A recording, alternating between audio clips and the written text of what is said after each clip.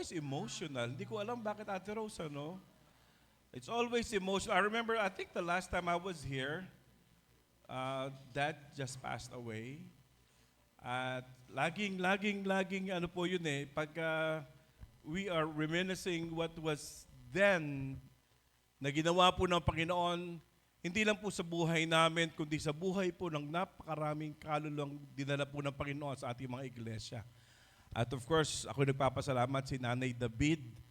Narito pa po yan. Bunga po yan ng mga Bible study nung kami mga bata pa rin po noon sa Betis, Pampanga at nagpapatuloy sa Panginoon. Alam po ninyo ay yung inawit kanina huli, naging theme song ko po yan nung ako po I had brain surgery almost 2 years na po by July. At sabi ko nga, hindi ko na po nilagay yung picture, na-save ko yung mga picture, sabi ko ipapakita ko sana sa inyo. Kaya lang po they have to crack my head open from this side po, hanggang sa ibabaw, hanggang dito po sa harapan. So, pinanood po ng isang bumisita sa akin niya sa YouTube, paano ang procedure. Ang sabi lang pagkakakwento sa akin, kasi nung nakita niya sa YouTube, ayaw niya na ako makita. Kasi nga po, they have to remove the skin, ibababa yung balat mo, tsaka iga-grinder. Can you imagine yung grinder, no? Yung ginagamit sa pagbibiyak ng tiles, iga-grinder po yan. Pagkatapos po, pag na-crack open na po yun, nakuha na po nila yung pinakamapa po ng pagbiyak ng bungo, lalagyan po ng buta sa 4 na sulok para tiktikin po nila para maangat po nila yung pinaka-skull. And from there, dun po na may scrape yung pinaka-aalisin po sa ibabaw ng brain mo. So alam niyo po, ito nangyari, it happened basically, we're just eating dinner. At sabi nga nung ako po nasa 911, nakasakay na sa ambulansya, ay tinatanong po ako, ano ba yung pwedeng sintomas, ano ba yung pwedeng mag-cause. Pero kahit na isa, wala po ako mabanggit. Then pagdating nga po sa ospital, they started to do all the tests. At pagdating po doon sa pang-pitong test na ginawa from the very basic, pumasok po yung nurse at dala-dala na po yung listahan ng bayarin sa ER pa lang po, sa emergency room. Nangyari po ito sa Amerika, nasa almost $18,000 na po ang babayaran ko.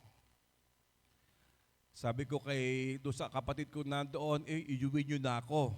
At wala naman akong $18,000 para ibayad dito sa emergency room.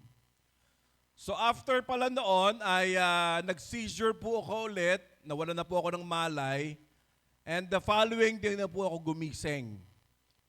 Na sabi nila ay yun daw po yung talagang sovereign touch ng Panginoon, kasi sabi po ng doktor, kung hindi natin naalisin na immediately, ay magiging malaking problema. Kasi po ay, sabi nila, ang maximum na dapat nilang maalis ay yung 6 centimeters, ang laki. Pero po itong sa brain ko po, meron na pong 5 point something centimeters, kaya sabi ng doktor, wag na natin pang antayin mag-maximum. So, yung pong buong Friday ko, medyo siguro natulog na ako doong Friday, nagtatauhan po ako na maayos ng buong Saturday, then Sunday, they made the surgery. Alam po ninyo, it's just by the goodness of God. Alam po ninyo, ako po, swero lang o turok lang po dito, yung pong aking anak na panganay, ito po ay nag-nursing ngayon. Sila po ngayon ay nandun na po sa paghahanap ng ugat sa klase. Sabi ko dati, ang alam ko lang sa yung nag-aaral ng pedicure at manicure, di ba? Hahanap ka ng kapartner mo para magmamanicurean kayo. O kaya sa nagugupit, paghahanap ka ng kapartner mo, magugupitan kayo. Yung pala sa nursing, maghahanap ka ng kapartner mo para magtutusokan kayo. So sabi ko, takot na takot ako kahit pumalit na needle yan. Kahit si Dr. Joy na po ang gumagawa o yung kapatid kong nurse na doon sa Canada yung gumagawa, takot na takot po ako. Pero for some reason, lahat po ito ay natapos na-accomplish. At sabi nga natin, may plano po ang Panginoon. Alam po ninyo, ang ginamit po para i-close yung aking skull ay 39 po na bala ng stapler. Tawag pa sa akin yung aking na-surgeon. Sabi ko sa kanya, Doc, pwede ko bang bigay mo na lang sa akin yung habang inaalis po yung bala sa ulo ko? Sabi ko, pwede bang request, akin na lang po yung inalis na bala? Sabi sa akin nung surgeon, bakit kukunin mo pa ito? Sabi ko, gagawin kong porcelas para maging souvenir ko. So, sabi ko nga po ay, meron pong isang napakadami, talking about hundreds, thousands po ng mga messages po na sabi talagang nagsasabi ng kabutihan po ng Panginoon. At sabi ko nga po ay, hindi man tayo tumatakas sa responsibilidad, pero I think we were able to spend almost 9 million po sa surgery sa Amerika. Pero ang Panginoon po ang nag-provide ng mga immediate needs. Meron pa po tayong konting bayarin, pero siguro mga 3 to 4 million na lang, Ate Rose. Kaya kayo po ay nakatingin sa pastor na napakalaki ng utang. Pero alam niyo po, hindi yan dahilan para po tayo manghina sa pananampalataya sa Panginoon. Kasi, sabi nga nila, di ba, yung pera pwedeng hanapin pero yung buhay, hindi nyo kayang hanapin. At isang bagay po ang natutunan ko po doon, yung pong goodness po ng Panginoon envelops me. Can you imagine, sabi po ng doktor, 6 months ka dapat magpapahinga totally bago ka talaga gumawa ng mag-effort ka. Ako po ay nagpaalam, plano namin magpunta ng Canada at that time. Pumayag after 4 months. Hindi po alam ng doktor, pauwi na pala kami ng Pilipinas noon. Tatakot po yung doktor kasi in case na mag-loss ng pressure sa aeroplano, pwedeng sumabog yung ulo ko kasi nga po ay talagang bukas po yung kalahati niyan. Ngayon po ay sabi ko nga, pag siguro ako mamamatay, ang unang nanakawin sa akin yung bungo.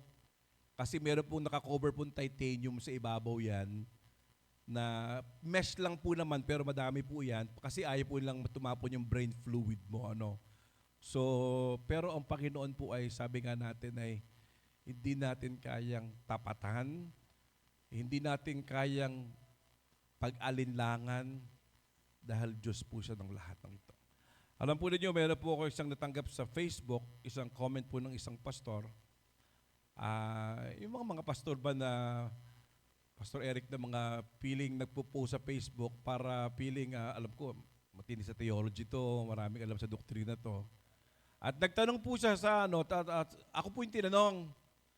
Pero I tend not to answer the question, pero on the following day, I decided to answer it kasi sabi niya sa akin, paano ko daw may describe ang soberenya ng Panginoon o ang kapangyarihan ng Panginoon?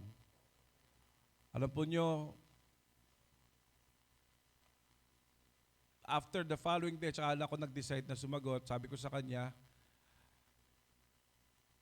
I do not think I can either think or attempt to know to describe the power of God. Sabi ko, siguro, you can describe it maybe in the way that the Lord worked in your life. Kaya po mahalaga, napaka-importante na tuwing may gustong ipagawa sa atin ng Panginoon, maintindihan natin, it is Him working in us.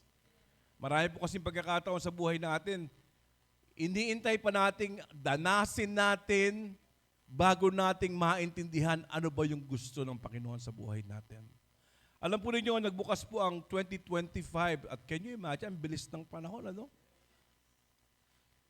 Ilang tulog na lang, 6 months na, Pasko na naman yung project natin. Alam niyo, kaya ako po nagpapasalamat dito kay Ate Rose, kay Sister Rose, dahil sa lahat ng project, hindi po nawawala ito. At talagang siya pa mismo ang nagpapaalala, baka may kailangan kayo dyan. At yung aking extension ng yung aking welcome sa inyo, Kung halimbawa gusto nyo mag-retreat ng church, kaya lang ipon-ipon kayo kasi medyo ang kalaban nyo biyahe. Pero po yung property natin doon na kaunti ay malapit po sa sariwang ilog. Pag nakikita nyo po yung mga posts ko doon, ako maniwala po kayo, nandun po yung waterfalls, nandun din po ang Tinipak Cave na pwede yung pasyalan po doon. Daranak Falls, dadaanan nyo rin po yan, 20-20 lang ang entrance. At may lugar po tayo doon at kung ang kailangan lang po of course ay may dala tayong tent. Kung wala naman, malaman ko lang kailan ang kailangan at yung ginagamit po natin pwede nyo pong gamitin doon.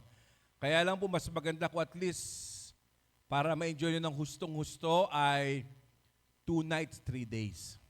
Kasi sayang yung biyahe, no? Malayo yung biyahe. No? So, pero actually malapit na po yan kung kayo dadaan dyan sa instead na pumunta pa kayo ng Cubao, dapat pala Cubao para akit na po kayo ng Kogyo, dire-diretso na po sa taas yan.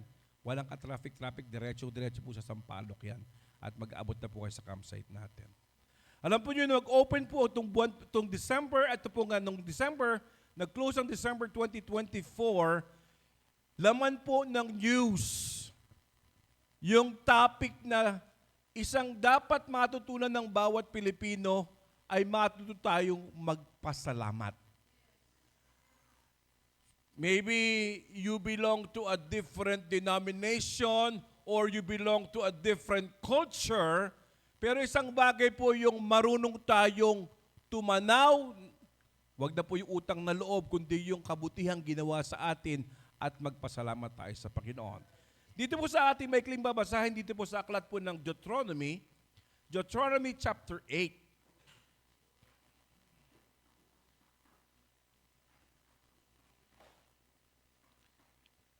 Babasahin ko lang po ang yung verses 1 to 3. Deuteronomy chapter 8, verses 1 to 3. Ito po yung nagpapatunay ng kabutihan po ng Panginoon from the very beginning.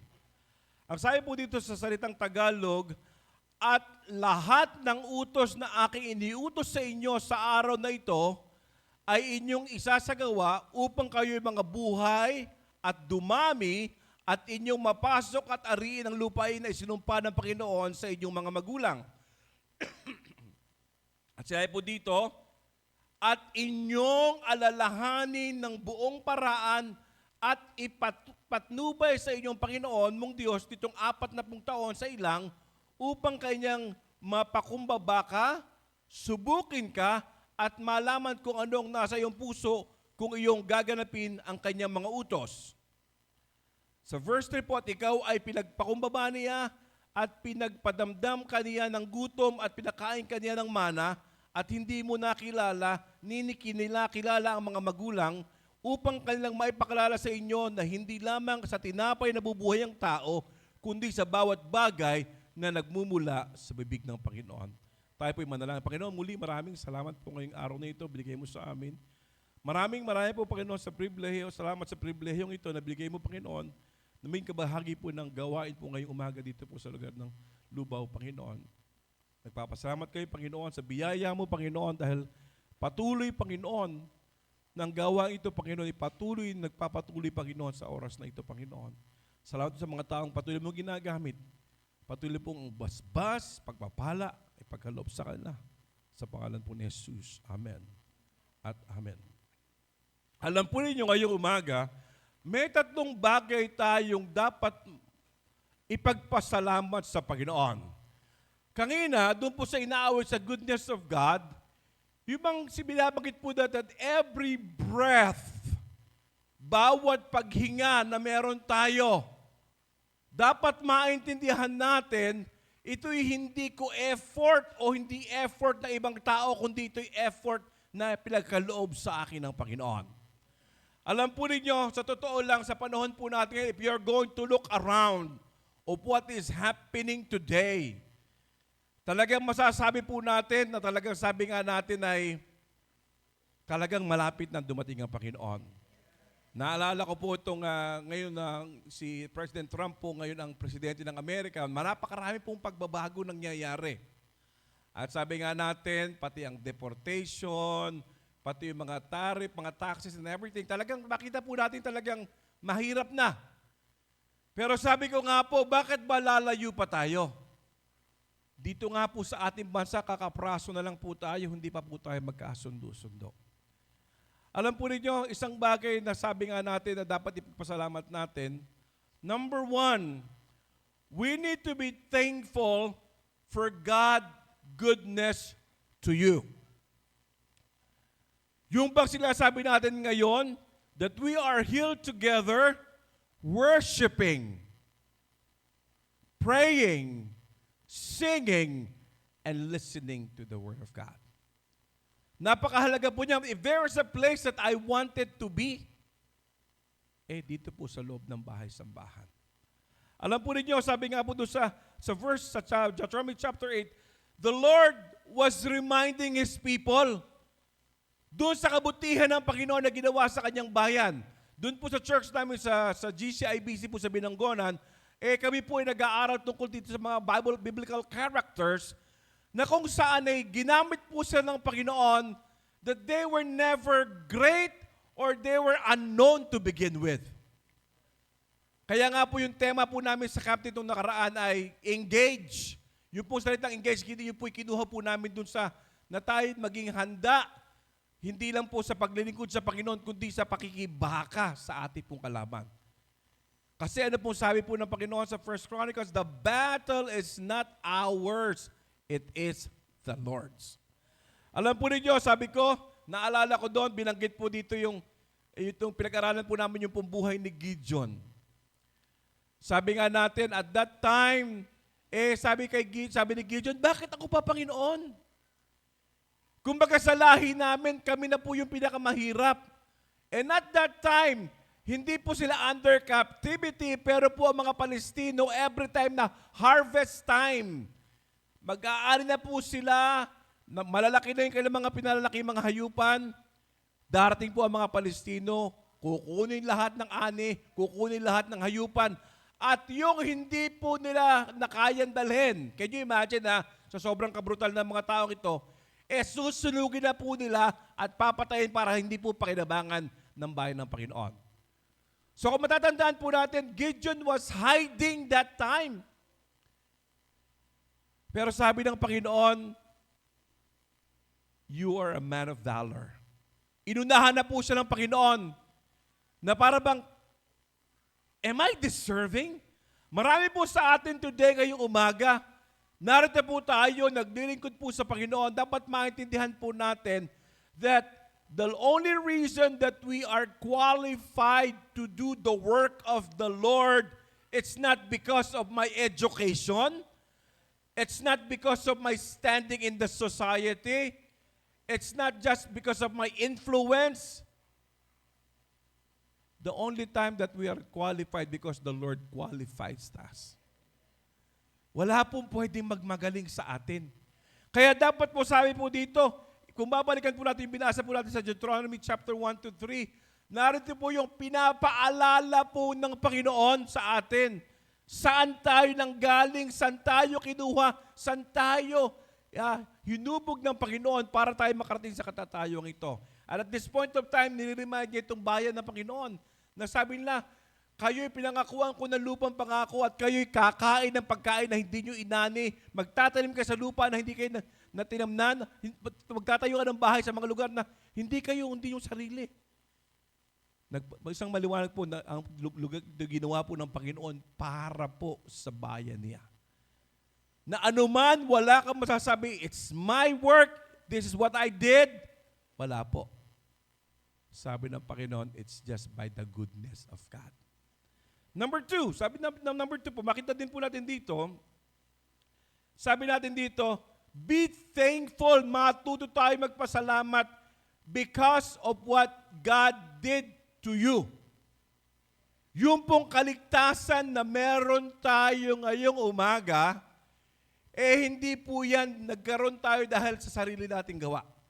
Sabi nga po na itong nakaraan nga po, mahal na araw, yan po yung mga lagi pinag-uusapan. At marami po din nagsasabi na laging ipinipilit po nila na yung kaligtasan, hindi natin pwedeng matiyak yan kasi buhay pa tayo eh. Pero sabi ng banal na kasulatan, napakapayak po nung pangalawang wika pa ng Panginoong Jesucristo.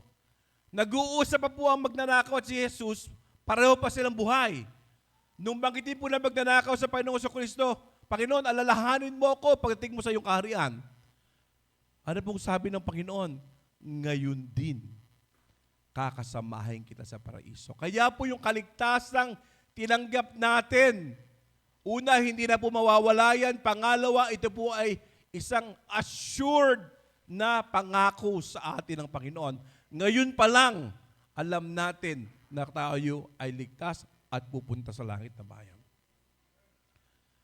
Pasalamatan natin, pangatlo, yung mga taong ginamit ng Panginoon para makakilala tayo sa Kanya. Alam po ninyo, naalala ko nung nagsisimula po kami ng gawain, noon malilit na bata pa rin po kami. Siguro hindi nyo ma-imagine na bata pa rin si Tita Rose nung araw. Pero talaga po yan, anak niya pa, biyasin talaga magitara. Talagang yan po yung talent ng talagang gagamitin nga pong sa guwagwa. Ate Rose, ano naging pangalan ng church natin nung nalipat na sa Lubao before San Juan Baptist? Faith. Pero binagit ko kay Pastor dati kasi yung church natin was taken from Harvest. Pero parang yung Harvest yata nabigay yata Santa Rita. Para kay Pastor no. So, pero po yung church natin dapat doon pero sa Santa Rita po nila ginamit. Isang bagay po na maintindihan natin, una sa Panginoon, pangalawa, yung mga inilagay ng Panginoon na nauna po sa atin na naging dahilan bakit tayo naririto today. Alam po ninyo, ako po'y nalulungkot in a way. Kasi marami na po tayong mga iglesia today, the tendency is to forget sino ang ginamit ng Panginoon sa kanilang kaligtasan. Alam po ninyo, nabanggit nga po ni Pastor yung sinasabi niyo yung pagbabago po ng date, not the anniversary, but yung pagbabago po ng pangalan.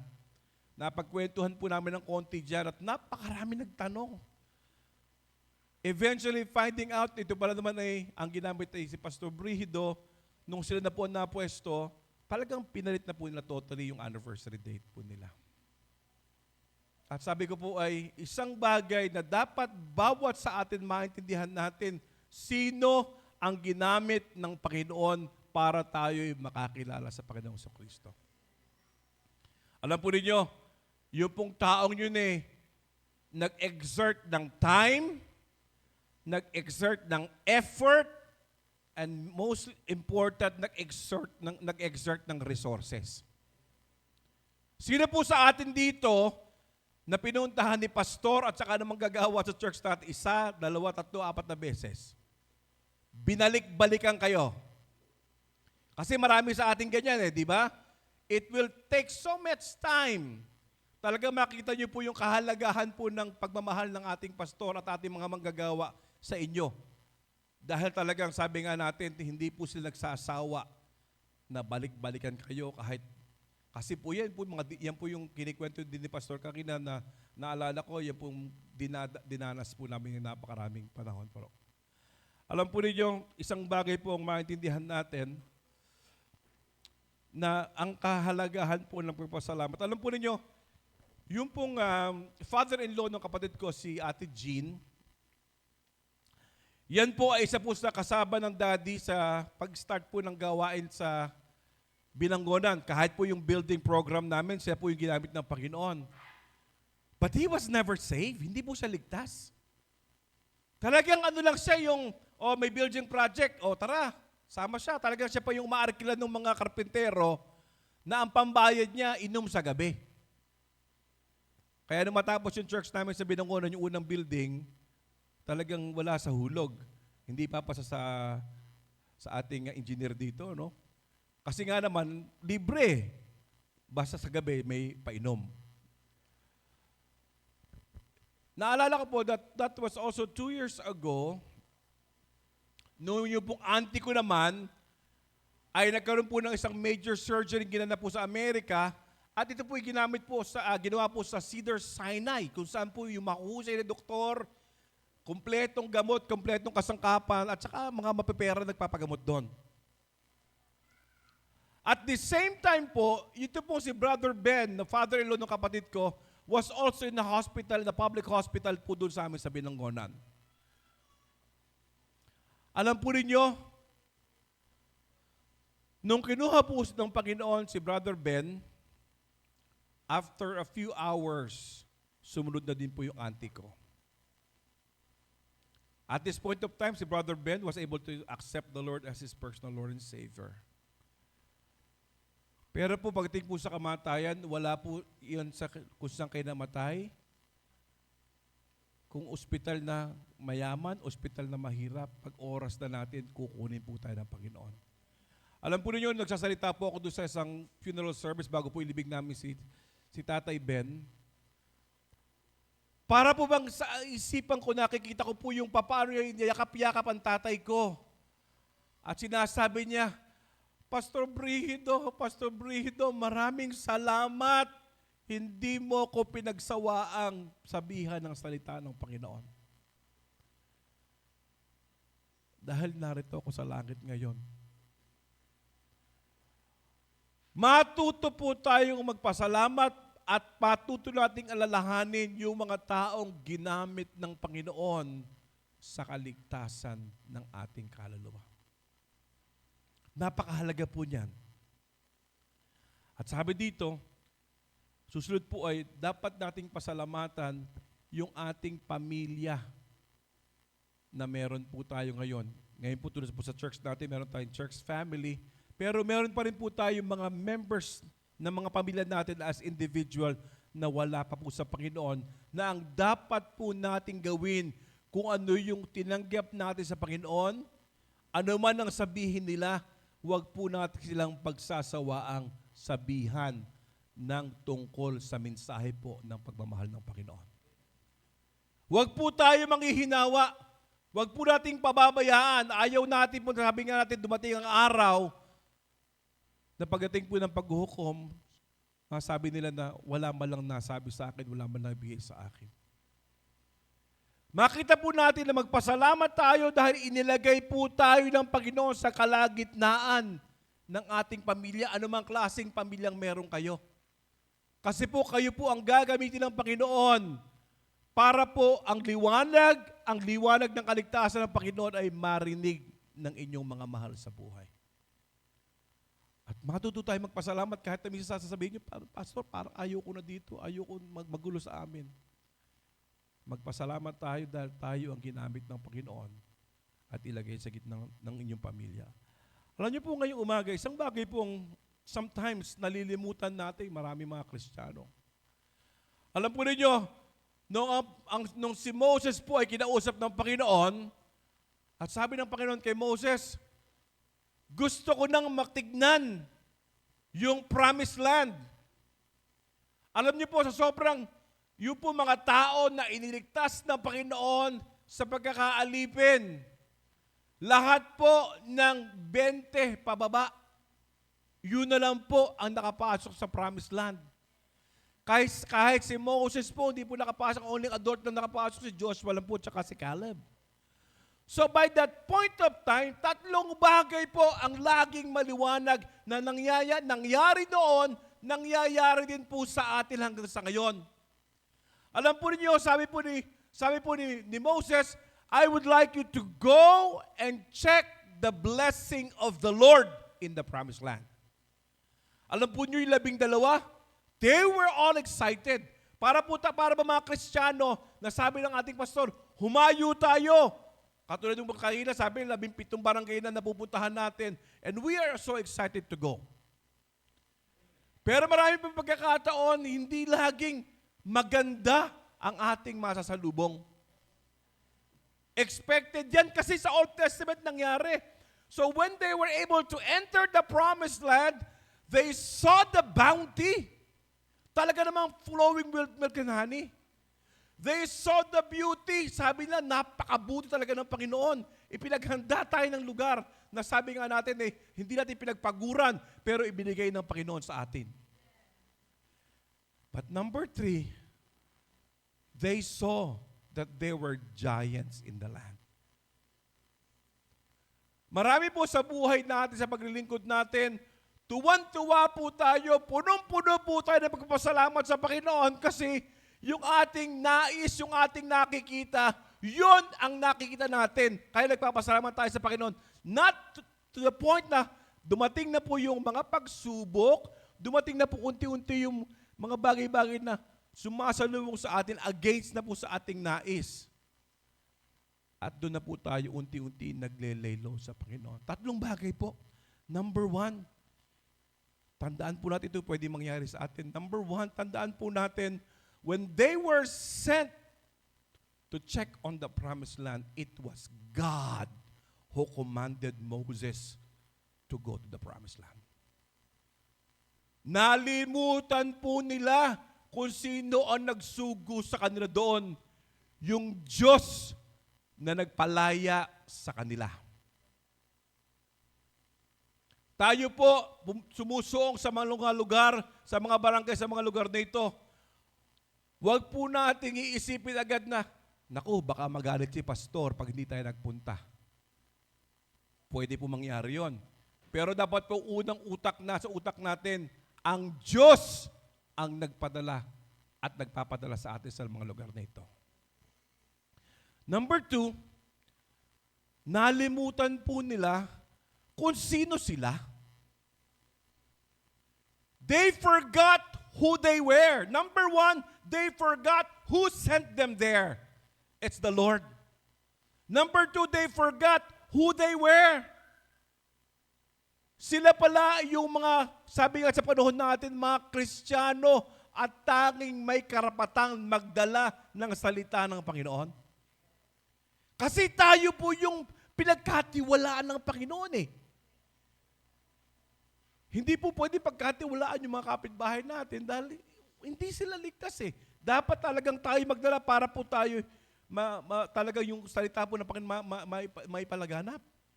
So by this point of time, ito po mga tao ng Panginoon, chosen. They forgot who they were. They were chosen by God. And number 3, kaya sila umayaw, they forgot the purpose of them being there.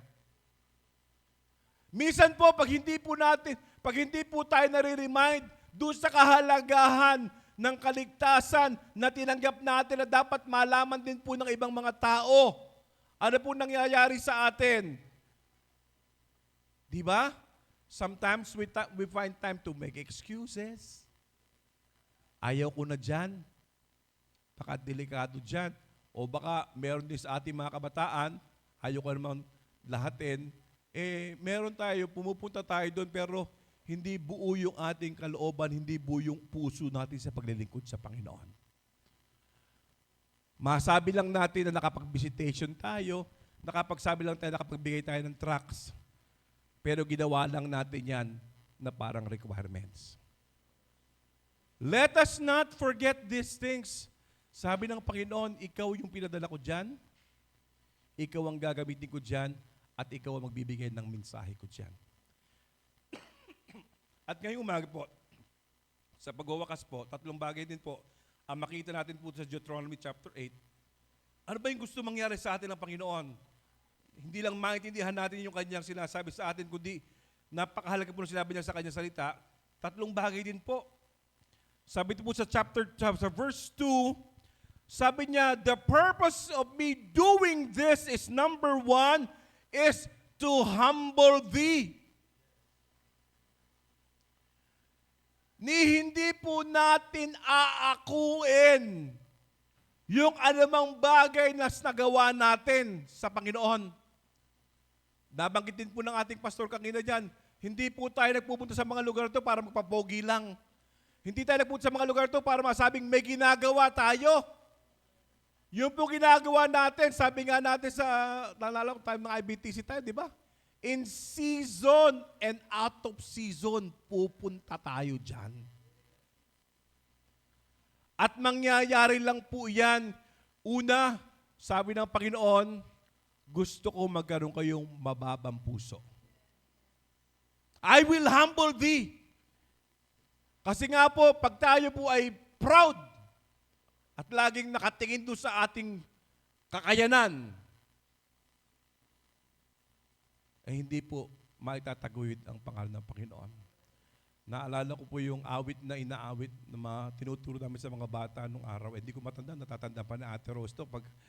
Kasi naalala ko po nung nagsisimula pa po kami ng church planting, elementary, high school pa lang po kami, si Mami, ako po kasi nagtutugtog na po ako ng accordion noon. Siyempre mga bata, maigno yan eh. Ma'am, titig-tig yung nanay, titig yan eh. So, papakanta kami. Meron kami isang pinituturo sa mga bata, yung kanta po ni David. Isang batang munti lang, pangalan ay David. Marunong umawit at manalangin. Isang batang munti lang sa tabi ng ilog, at siya'y kumuha ng 5 bato. Isang bato inilagay sa kanyang tirador, at kanyang pinaikot-ikot. Pinaikot-ikot-ikot. Isang tawag sa Diyos Ama, higante bumagsak. Bato po, may kinalaman po ba yung pride natin? May kinalaman ba yung pagiging sharpshooter natin sa pagtira natin ng tirador? Can you imagine, ganong anong bato yung ginamit po ni David para mababaksak niya yung higante? Parang binanggit din kanina, bakit ginagamit ng mga kabataan? Hindi naman kailangan ng, kasi sa picture lang malalaki yung isda eh. Baka nga yung ginamit po sa feeding of the 5,000, tuyo lang yun eh. At hindi po malalaking tinapay, baka monay lang. Pero because of God, because sa Panginoon Kristo, nanalangin sa Panginoon na napagpalain mo ito. The reason why napakain ng napakaraming tao. Ganon din po sa mga ministry, pinagkatiwala sa atin ng Panginoon. Hindi po nasusukat yan, Pastor, hindi po ako pwedeng sumama kasi hindi naman po ako masyado maalam sa Bible. Pastor, hindi po naman ako nakapag-aaral. Wala po naman ako masyado natapos. Hindi po ako gagamitin ng Panginoon dyan. Alam niyo po si David, yung ginamit po ng Panginoon, batang munti lang siya dun eh. At nung sinabing bumaksak si Goliath, anong sabi po doon? Hindi na nabanggit yung bato. Anong sabi? Isang tawag sa Diyos Ama. Sabi ng banal na kasulatan po dito, the reason why God wanted to use us is to humble us. Huwag mong tignan yung itsura mo. Huwag mong tignan yung tinapos mo. Huwag mong tignan yung kalalagayan mo sa buhay. Kasi kung gagamitin ka ng Panginoon, gusto ng Panginoon doon sa mababa. Sabi nga sa banal na kasulatan that I must decrease and He must increase. Na sa lahat ng bagay na mangyayari, dapat Diyos lang ang makikita at ako di kasali dyan. Number 2, sabi dito, not only to humble thee, sabi din dito, to prove thee. Gusto ng Panginoon subukin po tayo na hindi lang tayo sumasama kasi required. Hindi lang tayo nagiging part ng ministry po ng church na ito kasi yun ang gusto ni Pastor. Mawawala kayo sa scholarship, matatanggal lang kayo ng mga incentives na meron pag hindi kayo sasama. Ang sabi ng Panginoon, kasi po ang Panginoon kung sa bigay-bigay lang, madali eh. Kasi lahat ng ito sa Panginoon eh. Pero bago tayo bigyan ng Panginoon, gusto mo na ng Panginoon patunayan ang pagkatao mo, patunayan ng Panginoon, yung subukin ng Panginoon yung paglilingkod mo sa Kanya. Kasi nga marami sa atin, sometimes we work for the Lord. Kasi meron tayong sariling motive. May sarili tayong dahilan. Sa paglilingkod po sa Panginoon, isa lang ang dahilan. Ang mailathala po ang salita ng Panginoon sa lahat ng nawawala. And number 3 and last, ngayong umaga, sabi po dito, not only to humble thee, not only to prove thee, but to know what is in thine heart. Gusto pong malaman ng Panginoon, ano ba talaga yung nasa puso mo? Ano ba talaga yung heart's desire mo? marami po sa atin, sometimes, gumagawa po tayo ng mga bagay-bagay, hindi po dahil doon sa gusto ng Panginoon, kundi ano ba yung gusto natin. At ang sabi ng Panginoon, bago kita pagpalain, bago ko sagutin o yung panalangin, I want to know what is in thine heart. Dapat pong maliwanag sa Panginoon, ano ba talaga yung nasa puso mo? Sasabihin mo, Pastor, pwede bang hindi alam ng Panginoon? Alam po ng Panginoon yan eh. Pero ang gusto po ng Panginoon sa atin po manggaling, magkaroon tayo ng mababang puso, subok ng Panginoon, at pangalawa, alam po yung laman ng puso nating maglilingkod tayo sa Panginoon no matter what. Sino ba sa atin na may pera dito? Naniwala po kayo, ngayon po doon sa amin sa lugar sa Tanay Rizal, sa Sampaloc, yan po yung mga unang ministry na pinagsimulan po ng mga mamit, dalagat, binata pa kayo. Meron din kayong Vacation Bible School dito, Ate Rose, ano? Yun, doon po sila nagkakilala ng mga mamit dati, mga 16, 17 years old pa lang sila. Meron po silang Vacation Bible School sa Sampaloc, Rizal. At doon po sila nagkakilala, then eventually nagsimula po ng gawain yung church natin, Highland Park doon po, ay ginamit po si Pastor Brido para matayo po doon. At yung pong ating pinakamatandang pastor, si Pastor Andres Vicencio nung araw, na nabuhay hanggang 103, ay ginamit po ang Pastor Brido sa kaligtasan. Ano? Ngayon, talagang para ka rin nasa Tagaytay. Pag umakit ka doon sa amin sa Sampaloc, para nasa Tagaytay. At mas maganda pa ang view namin kasi 360 degrees. Kung gusto mo yung lawa ng Laguna o yung mga kabundukan na may Sea of Clouds. Kasi nakakakita lang tayo ng Sea of Clouds pag napunta ka sa Banawe Rice Terraces, yung matataas na ganun. Pero doon po sa amin may Sea of Clouds po. At pag tuwing taglamig, lagi pong nasa number 2, number 3 po ang Tanay, hindi lang po nabamagit next to Baguio City. Kaya po napakalamig po sa lugar na yan. Natanong po noon si Mami, laging nagtatanong kay Pastor Brido. Kasi nung bago matay si Pastor Brido, nakakain na rin po kami sa magagandang lugar doon, mga resort, mga ganyan. Sabi nga ni Mami, Daddy, magkano ba yung presyo ng lupa dyan per square meter nung nagtatrabaho tayo dyan simula tayo ng gawain sa Sampaloc? Sabi niya, 50 pesos lang daw per square meter. Pambihira, 50 pesos lang pala. Ba't hindi man lang tayo bumili? Kung nakabili tayo, meron tayong resort dito. Sabi ni Mami, kinikwento niya sa akin, kasi daw ang sweldo lang daw ng Pastor Brido nung araw, 75 pesos isang buwan. Pero di sila tumigil, ano? 75, itong kapitbahay natin. Pastor, magkano na yung per square meter natin sa kapitbahay natin? Itong dito sa kabila. 5 to 7,000, 7,000 yata ang sabi. Nung natatandaan, pag nagpupunta kami dito, talagang hindi mo may interest yan. Kasi nga, lubog ng tubig, panay talahib lang. Nahuhulog pa nga yung sakyan natin dyan sa gilid, no?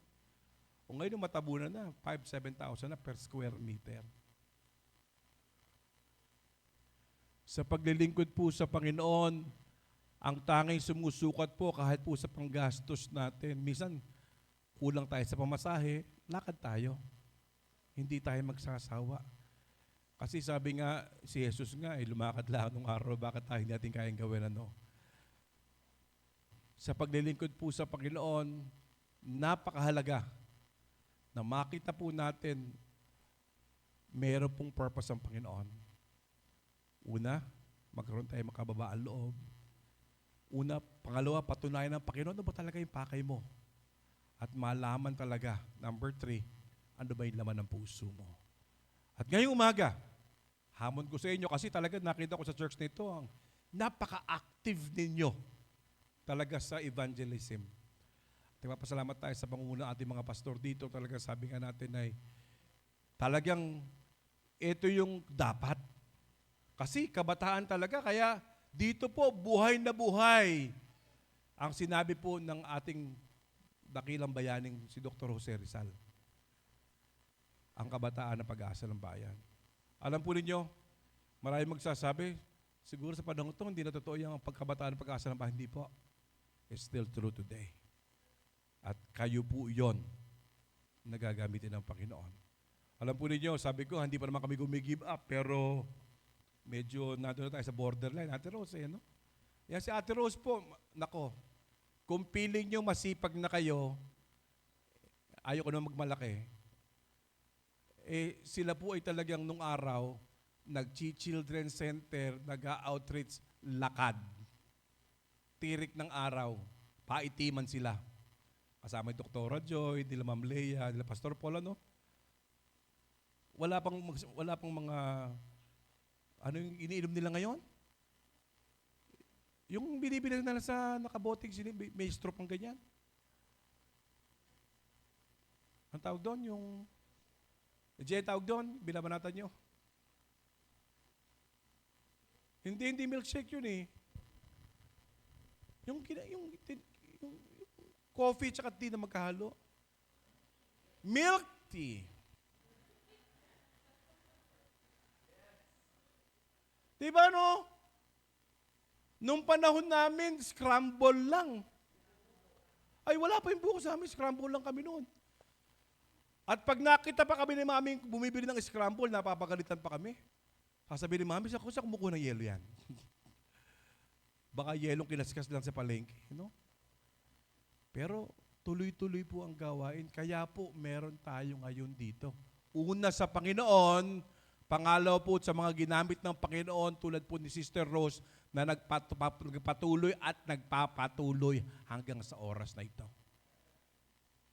Akala natin, nakita nyo si Ma'am Rose na eto na. Hindi po. Sila po yung mga kasama namin na talagang sabi pagdating sa gawain ng Panginoon ay tuloy-tuloy sa paglilingkod. Kung may magpainom, salamat. Kung wala naman, salamat din. Tuloy-tuloy lang po sa gawain ng Panginoon. At hamon ko sa inyo ngayon, yung inyong inaabot pa mga barangay, lalo kayo magsipag. At pag naman tumama si pastor sa sweepstake, meron kayong libreng ano ba yun? Milk tea. Pero mga kabataan na nga ngayon, nagugulat ka na lang, no? Alang pera pero may milk tea. Alang pera pero kompleto ng load yung mga cellphone. Kaya, nung panahon namin, wala. Sit-sitan lang. So pagpalain po kayo ng Panginoon itong church na ito, pagpalain natin patuloy, nasabi ko yung binuhay po ng Panginoon dito. Ay sabi nga natin, yung gawain ito ay magpatuloy kahit na po wala kami. Kaya pastor, pag sinabi mong gawain ng Panginoon, kahit na wala na po ang ginamit ng Panginoon para maitayo, tuloy-tuloy pa rin ang gawain. Ano? At yan po yung panalangin po namin. Bilang sa tatay ko, sa akin, kung ako'y mabubuhay pa ulit, sabi, salamat sa Panginoon dahil binuhay po ulit ako, tuloy-tuloy po ang gawain. Kasi po, hindi po natin gawain po ng Panginoon, pinagtiwala lang po sa atin. Tumayo po tayong lahat. Panginoon, ngayong umaga, wala kaming sasabihin, Panginoon, kundi salamat po, Jesus. Tulad po, Panginoon, nung pinagaling mo, Panginoon, 10 may sakit, Panginoon, isa lang ang bumalik. Tulad din po ng ministry ginagawa po namin ngayon, nagpapagal kami, naiinitan sa araw, nauuhaw, tapos walang bumabalik. Panginoon, dito pala nadanas mo rin, Panginoon. Nagpagaling ka ng 10. Can you imagine? Literal physical healing. Pero 10 pinagaling mo, isa lang ang bumalik. At sinabi niyang, salamat po, Panginoon. Ngayong umaga, hinahamon ko kayo mga kabataan. Kayo mga naglilingkod sa lugar na ito. Hindi naman paramihan ang gawain ng Panginoon Pasukuan. Ibigay natin yung pinakamabuti natin. Yung kaligtasan na inisishare na sa kanila, isishare natin, hindi tayo ang magliligtas. Huwag tayong masisiraan ng loob kung pakiramdam natin parang walang bumabalik, parang walang resulta yung ginagawa nating pagpapagal. Kasi po, pagdating po sa langit na bayan, ito po yung igagantimpala sa atin ng Panginoon through thick and thin, through hardship, ay naglilingkod at nagpapatuloy sa gawain ng Panginoon. Mabago man, Panginoon, ng mga liderato. Mabago, Panginoon, ng mga naglilingkod sa'yo. Pero ang aming goal, Panginoon, ay hanggang ikaw ay dumating, Panginoon, matagpuan mo kami nagtatapat, Panginoon, at naglilingkod sa iyo, Panginoon. Maraming pong salamat, Panginoon, sa mga tagapanguna sa lugar na ito, Panginoon, na meron silang pangitain, Panginoon, at nakikita, Panginoon, yung kaguluhan sa mundong ito ng tayong pangailangan lang si Kristo, Panginoon. Salamat po sa patuloy pong pagnanasa, Panginoon, na makaabot pa ng mas maraming kaluluwa sa lugar na ito, Panginoon, at madala sa iyong harapan, Panginoon. Pinapanalangin ko, Panginoon, ng mga pastor na nasa lugar nito, mga manggagawang nasa lugar nito, Panginoon, at itong mga kabataan, kasama po namin ngayong umaga, Panginoon, na bunga, Panginoon, ng ministeryo po ng gawang ito, Panginoon, naging pagpatuloy at umabot pa, Panginoon, ng mga kabataan katulad nila, Panginoon, para sa kalalong ikalalaganap ng inyong salita, Panginoon. Napakabuti niyo, Panginoon, dahil yung iyong komisyon na bigay sa amin, Panginoon, that go ye into all the world and preach the gospel, baptizing them in the name of the Father and of the Son and of the Holy Spirit, and training them, Panginoon, afterwards, Panginoon. Salamat po sa lugar na ito, Panginoon, bilang ilaw, Panginoon, bilang bantayog, Panginoon, nagpapatuloy, Panginoon, na yung pangalan mo'y natataas, Panginoon, nadadakila. At wala kaming pagbabalikan, Panginoon, ng pinakamataas na papuri, kundi ang pangalan ng aming Panginoong Jesus. Amen at amen. Tatawagin po ang ating pastor.